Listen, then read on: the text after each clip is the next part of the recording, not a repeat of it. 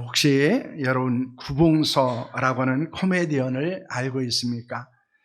아마 나이가 그래도 좀 들은 분들은 그 코미디언을 알고 있지만은 아마 젊은 사람들은 그 코미디언을 알지 못할 것입니다. 우주에 보시면은 이제 두 번째 있는 저분입니다. 그분은 독실한 크리스찬이었다고 말합니다. 그리고 장로였습니다. 한국 기독교 연예인 선교단의 회장을 맡아서 오랫동안 또 섬기기도 했습니다.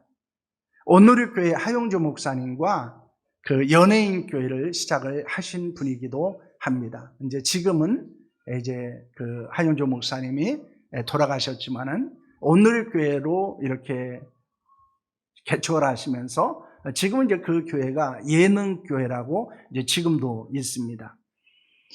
그가 이제 연예인들을 전도하고 또 함께 성경 공부를 하는 모임을 운영하고 있었습니다. 그런데 이제 복음서를 공부하는데 어떤 한 사람이 계속해서 예수 그리스도께서 성령으로 잉태되고 또 출생했다. 그리고 동정녀 마리에게서 태어난 것을 도저히 믿을 수 없다고 하는 말을 계속하면서 그 성경 공부의 진도를 나가지 못할 정도로 그렇게 질문을 하게 되었습니다. 그때 이 구봉서 장로님이 이런 이야기를 했답니다. 제 서방도 믿고 아내를 맞이했는데 내가 왜 난리냐 이런 말을 했다고 합니다.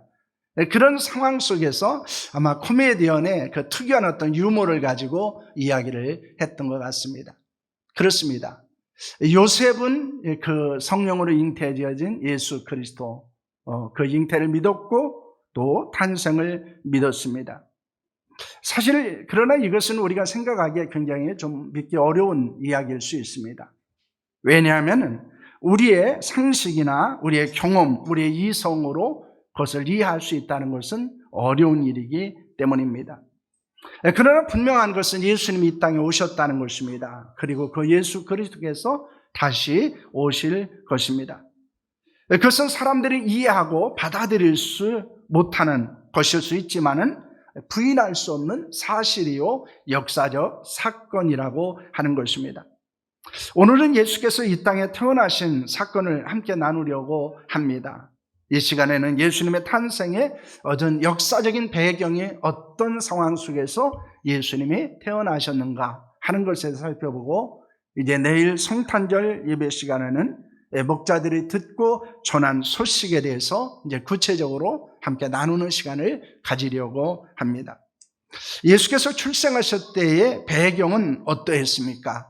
오늘 1절과 2절 말씀을 보시기를 바랍니다. 함께 합니다. 그때 가이사 아우구스가 영을 내려 천하로 다 호적하게 하였으니 이 호적은 구레누가 수리아 통독이 되었을 때 처음 한 것이라 라고는 말씀을 하고 있습니다. 예수님께서 탄생하셨을 무렵에는 로마의 아우구스트 황제가 칙령을 내렸을 때입니다.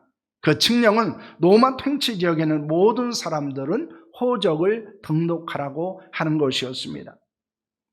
이것은 이제 구레누가 수리아의 통종으로 있을 때 실시된 첫 번째 호적 등록이다라고 말합니다. 성경에 이제 두 번에 걸쳐서 이 호적 등록에 대한 기사들이 나오고 있습니다. 그 당시 수리아는 BC 64년에 로마에 의해서 합병이 됩니다. 그리고 유대는 AD 70년까지 별도의 자체 행정부를 조직하고 있었습니다. 하지만 수리아 지역에 소속되어져 있었고 로마의 통치를 받고 있었습니다. 호적 등록을 하게 된 것은 인구 조사를 통해서 아마 세금을 부과하려고 한 것으로 볼 수 있습니다. 어떻게 호적을 등록하려고 하라고 말하고 있습니까? 3절과 4절 말씀을 보시기를 바랍니다. 함께 합니다. 모든 사람이 호적하러 각각 고향으로 돌아가며 요셉도 다윗의 집 족속이므로 갈릴리 나사렛 동네에서 유대를 향하여 베들레헴이라 하는 다윗의 동네로 라는 말씀을 합니다. 인구조사를 위해서 호적 등록을 하는 데 있어서 각 사람의 고향에서 호적을 등록하라고 명령을 내리게 됩니다. 그리고 그것이 관례였습니다. 마리아와 정혼하고 있었던 요셉은 갈릴리 나사렛에 살고 있었지만은 그의 고향은 베들레헴입니다. 왜냐하면 요셉의 조상 다윗이 베들레헴 출신이었기 때문입니다. 그것을 유대인들은 다윗의 동네라고 부르고 있었습니다. 요셉의 호적을 하러 갈 때 마리아가 동행한 것은 이미 정혼한 사이였기 때문입니다. 그리고 성령으로 말미암아 마리아가 잉태하고 있었기 때문이었습니다. 그러나 이는 겉으로 드러낸 것이고 실상은 성경의 예언의 성취라고 하는 것입니다. 성경은 예수 그리스도의 탄생에 대해서 예언한 것이 있습니다. 그것은 여러분 무엇입니까? 첫째는 베들레헴 탄생입니다. 미가서 5장 2절 말씀입니다. 함께합니다. 베들레헴 에브라다야 너는 유다 족속 중에서 작을지라도 이스라엘을 다스릴 자가 내게서 내게로 나올 것이라. 그의 근본은 상고의 영원에 있느니라 라고는 말씀을 합니다. 이 미가는 남유다의 요담, 아하스, 시스기야 왕 때 활동했던 선지자였습니다. 그는 주로 메시아 즉 그리스도의 탄생을 예언한 사역을 감당했던 것들을 볼 수 있습니다. 그는 베들레헴 에브라다는 작은 성이지만은 이스라엘 다스릴 왕이 태어날 것이라고 말합니다. 그 왕은 근본은 상고의 영원이다 이렇게 말하고 있습니다. 이는 만물이 창조하시기 전, 즉 영원전부터 있는 분이라는 것입니다. 미가는 영원전부터 계시고 영원한 생명을 주시는 메시아가 베들레헴에서 탄생할 것을 예언했습니다. 특히 베들레헴이라고 하는 것은 떡집이라는 말씀을 하고 있습니다. 그런 의미가 있습니다. 그래서 하늘에서 내려온 생명의 떡이신 예수 그리스도의 탄생을 예언한 것입니다. 그래서 예수님께서 베들레헴에서 탄생하신 것은 성령의 예언의 성취입니다. 베들레헴이라고 하는 떡집에서 영원한 생명의 떡이요 하늘의 만나였던 예수 그리스도의 탄생이 이루어지고 있다는 것입니다. 그래서 미가서의 예언이 성취되는 것을 봅니다. 그것은 어디에 성취되는 것이 나타나 있습니까? 마태복음 2장 1절 말씀을 보시기를 바랍니다. 함께합니다. 헤롯 왕 때 예수께서 유대 베들레헴에 나심에 동방으로부터 박사들이 예루살렘에 이르러 말하되 라는 말을 합니다. 헤롯 왕은 BC 37년에 유대 지역을 통치하는 본봉왕으로 들어오게 됩니다. 그리고 BC 4년에 여리고에서 죽게 됩니다. 그가 유대 지역을 통치하고 있었을 때 예수께서 베들레헴에 태어나셨다고 볼 수 있습니다. 우리는 미가 선지자의 예언과 가이사 아우구스트의 호적 등록이 된 칙령과 호적으로 인해서 나사렛에서 살던 요셉과 마리아가 베들레헴으로 올라가는 것을 통해서 무엇을 발견할 수 있습니까? 예수 그리스도의 예언, 탄생은 철저하게 하나님의 구원 계획에 의한 성취로 이루어지고 있다는 것입니다. 세상에 우연은 존재하지 않습니다. 하나님의 계획 가운데 이루어지는 필연만 있을 뿐입니다. 우리가 구원을 받은 예수 그리스도, 그것은 예언의 성취로 오신 만왕의 왕이시며 영원한 생명이라는 것입니다. 우리가 믿는 예수 그리스도는 베들레헴에서 태어나신 예언의 성취로 오신 분임을 말씀하고 있습니다. 둘째로 동정녀 탄생입니다. 이사야서 7장 14절 말씀입니다. 함께합니다. 그러므로 주께서 친히 징조를 너희에게 주실 것이라. 보라 처녀가 잉태하여 아들을 낳을 것이요 그의 이름을 임마누엘이라 하리라 라고는 말씀을 합니다. 요셉은 마리아와 정혼을 했지만 같이 살고 있지는 않았습니다. 그러나 마리아가 임신한 것을 알게 됩니다. 요셉은 의로운 사람이었기 때문에 정혼자 마리아가 수치를 느끼지 않기 위해서 가만히 파혼을 하려고 했습니다. 그런 생각을 하고 있을 때 천사가 나타났습니다. 그리고 이렇게 말합니다. 다윗의 자손 요셉아 두려워하지 말라. 마리아를 내 아내로 맞아들이라. 그 태중에 있는 아기는 성령으로 말미암은 것이다 라고 말씀합니다. 그 아들을 낳을 것인데 그 이름을 자기 백성들을 죄에서 구원할 예수라 지으라고 말합니다. 그 모든 일이 일어난 것은 하나님께서 선지자를 통해서 예언한 것의 성취라고 말씀하고 있습니다. 요셉은 잠에서 깨어 일어났습니다. 천사가 말한 대로 마리아를 아내로 맞이하기를 두려워하지 않았습니다. 그리고 아들이 낳을 때까지 동침하지 않았습니다. 여러분, 예수 그리스도께서 동정녀 마리아에게서 태어나신 것, 그것은 잉태되어지고 탄생한 것은 이사야 선지자를 통해서 말씀하신 예언의 성취입니다. 사실 성령으로 마리아가 잉태되고 예수 그리스도가 탄생하신 것은 우리의 상식이나 우리의 경험이나 우리가 가지고 있는 과학적 지식으로는 이해하고 수용하기에 어려운 것일 수 있습니다. 도저히 믿을 수 없는 일이기도 합니다. 그래서 많은 사람들이 예수님의 동정녀 탄생을 믿지 못하고 부인하기도 합니다. 예수 그리스도의 동정녀 탄생은 이해의 문제가 아니라 믿음, 즉 신앙의 문제라는 것을 우리에게 말씀하고 있는 것입니다. 그것은 하나님의 말씀의 권위와 능력에 대한 확신 가운데서 이루어지는 것입니다. 남자를 알지 못하는 동정녀가 성령으로 잉태해지고 구원자가 나신 것은 정말 놀라운 사건입니다. 그것은 그러나 거짓이 아니고 허구가 아니라는 것입니다. 그것은 사건이고 사실이라는 것입니다. 하나님께서 성경의 선지자를 통해서 예언하셨고 그 예언의 성취가 예수님의 탄생으로 나타난 것입니다. 문제는 전능하신 창조주 하나님을 믿느냐 믿지 못하느냐에 있습니다. 성경을 하나님의 말씀으로 믿느냐 믿지 않느냐에 있다는 것입니다. 하나님을 믿고 성경을 하나님의 말씀으로 믿으면 예수님의 존재도 동정녀 탄생도 믿을 수 있습니다. 그 믿음이 우리에게 있기를 소망하고 축원합니다.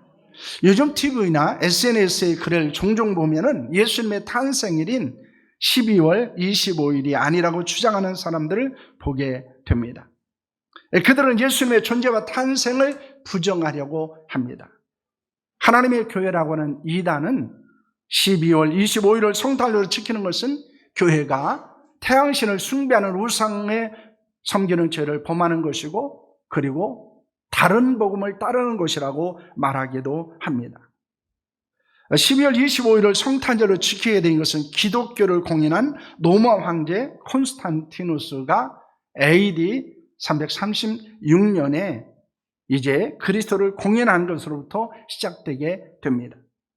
그리고 AD 350년에 교황 율리우스 1세가 예수님의 생일을 공식 25일로 선포를 하게 됩니다. AD 354년에는 로마 감독이었던 니벨리우스가 교회 절기로 지키기로 공식적으로 제정을 하게 됩니다. AD 379년에 서방교회가 지키고 이것을 확장시켜서 이제 12월 25일을 성탄절로 지키는 것을 자리를 잡게 되었습니다. 현재 우리가 사용하고 있는 달력은 율리우스역이라고 말합니다. 이것은 서방교회가 채택한 것입니다. 그래서 서방교회는 12월 25일을 성탄절로 지키고 있고 그리고 고레고리역을 사용하고 있는 동방교회는 1월 6일을 성탄절로 지키고 있습니다. 여러분 성탄절이 12월 25일이냐 아니냐 하는 것은 구원에 있어서 절대적인 조건이 아니라는 것입니다. 그것은 절대적으로 중요한 것이 아닙니다. 왜냐하면 사람이 태어난 것을 언제 태어난지 모른다고 그 사람이 존재하지 않는다고 말할 수 없기 때문입니다. 왜냐하면 그 사람의 행적이 있고 그 사람의 하신 역사가 있기 때문입니다. 여러분 그렇기 때문에 25일이냐 아니냐라고 하는 것은 구원에 있어서 그렇게 중요한 문제가 아니라는 거예요. 성경은 골로새서 2장 16절에 우리에게 이런 말씀을 하는 것을 볼 수 있습니다. 함께합니다. 그러므로 먹고 마시는 것과 절개나 초하라는 안식일을 이유로 그 누구든지 너희를 비판하지 못하게 하라 라는 말씀을 합니다. 바울은 무엇을 먹고 마시느냐 어떤 날을 지키느냐 지키지 않느냐 하는 것으로 인해서 비판을 금하고 있다는 것입니다. 왜냐하면 그것은 구원을 결정하는 것이 아니기 때문입니다. 중요한 것은 예수 그리스도를 구주로 믿느냐 믿지 않느냐에 있는 것입니다. 우리가 성탄절을 지키면서 중요하게 여겨야 되는 것은 예수님께서 이 땅에 오신 가치 그리고 의미, 이유에 집중하는 것입니다. 중앙일보 백종호 종교 전문기자의 글을 읽은 적이 있습니다. 그가 어느 간담회에서 이제 있었던 어떤 한 사람이 12월 25일이 정말로 예수님이 태어나신 날입니까? 라고 하는 질문을 했습니다. 그리고 그 자리에 앉아 있었던 세eden 교회 수강성 목사가 이런 말을 했다고 합니다. 예수님이 태어나신 날짜보다 이 땅에 오신 이유가 더 중요합니다. 그렇습니다. 언제 태어났느냐 하는 것보다도 예수님께서 이 땅에 왜 오셨는지가 더 중요하다는 것입니다. 전에 똑같은 질문을 받았던 사랑의 교회 고 옥하는 목사님도 이런 이야기를 하셨습니다. 성탄의 날짜가 중요한 것이 아니다. 오심의 의미가 중요하다. 하나님이 사람이 되셔서 우리와 똑같은 모습으로 찾아오신 날, 이게 성탄절의 키포인트다라고 말합니다. 여러분, 언제 태어났느냐라는 것이 중요한 것이 아니고 예수께서 이 땅에 왜 오셨는지, 무엇 때문에 오셨는지, 그분이 이 땅에서 이루신 것이 무엇인지, 그리고 우리가 그 예수 그리스도를 믿는 자로서 어떻게 살아야 되는지가 더 중요하다는 것입니다. 예수께서 성육신의 이유는 무엇이라고 말합니까? 하나님이신 그분이 인간의 몸을 입으시고 이 땅에 오신 것은 무엇 때문이라고 말씀하고 있습니까? 마태복음 20장 28절 말씀입니다. 함께합니다. 인자가 온 것은 섬김을 받으려 함이 아니라 도리어 섬기려 하고 자기 목숨을 많은 사람의 대속물로 주려 함이니라. 누가복음 19장 10절입니다. 함께합니다. 인자가 온 것은 잃어버린 자를 찾아 구원하려 함이라. 요한복음 10장 10절 말씀입니다. 함께합니다. 도둑이 온 것은 도둑질하고 죽이고 멸망시키는 것뿐이요 내가 온 것은 양으로 생명을 얻게 하고 더 풍성을 얻게 하려는 것이라 라는 말씀을 하고 있습니다. 예수님이 오신 것은 섬기기 위한 것입니다. 그리고 그 섬김의 절정은 어디입니까? 자신의 생명을 많은 사람의 대속물로 내어주신 것입니다. 또한 하나님의 잃어버린 자를 찾아 구원하기 위해서 오셨습니다. 생명을 얻게 하고 더 풍성히 얻게 하려는 것이었습니다. 영적으로 죽은 자들을 살리고 그들이 행복한 삶을 살기를 원하시기 때문에 이 땅에 오셨다는 것입니다. 여러분, 분당 우리 교회 이찬수 목사는 이런 이야기를 합니다. 말구유와 십자가, 이 둘이 우리의 삶의 기준을 제시한다라고 말합니다. 예수님이 이 세상의 삶은 베들레헴 말구에서 태어나시고 그리고 십자가에서 죽으심으로 마치십니다. 이 세상의 삶은 베들레헴 말구에서 태어나시고 그리고 십자가에서 죽으신 것이 예수님의 이 땅의 삶이셨습니다. 그 말구유와 십자가를 이으면 예수님의 생애를 알 수 있습니다. 우리가 이 땅에서 어떻게 살아야 되는지를 알 수 있다는 것입니다.